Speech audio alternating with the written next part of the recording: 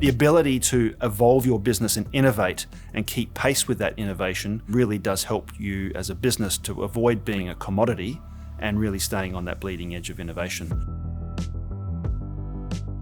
It's fair to say I think we're behind the game a bit in R&D investment in Australia. We know that the global average investment is 2.7% of gross domestic product.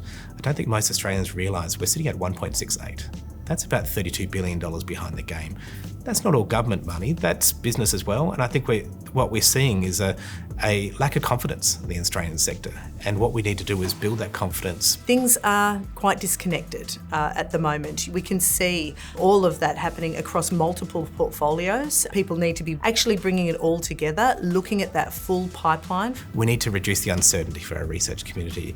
We need to back the ideas that we have, and then we need to support them through that whole process. They're not seeking ad hoc funding through different arrangements, that the ideas are started and then enabled to be pulled through, so then they're ready for the stage where venture capital, ideally Australian venture capital, will back them and create the products and services here to then make them viable on the global stage. So how do we, as companies in Australia, continue to challenge ourselves, challenge the status quo, and have the right skills around the table to provide that analytical, critical and strategic thinking through that lens of innovation and disruption? Joining the dots between science, R&D, and discovery through to new things that we're going to end up using, whether it's physical or it's an app or AI or whatever it is.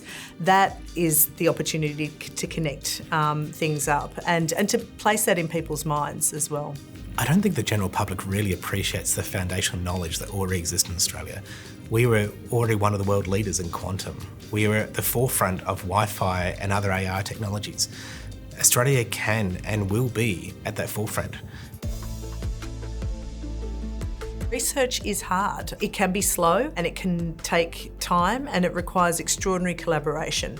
But it also really requires that person with the problem that they want to solve, whether it's electrifying a city or changing the rules around artificial intelligence. I think that's something that we need to celebrate. Not only have we got these resources that we as a nation are supporting to drive innovation and R&D, we've also got the people as well that can help us on that journey through our STEM professionals. This is Australia's opportunity to really lead on the front foot of where industries, and even the industries we don't even know exist, can be.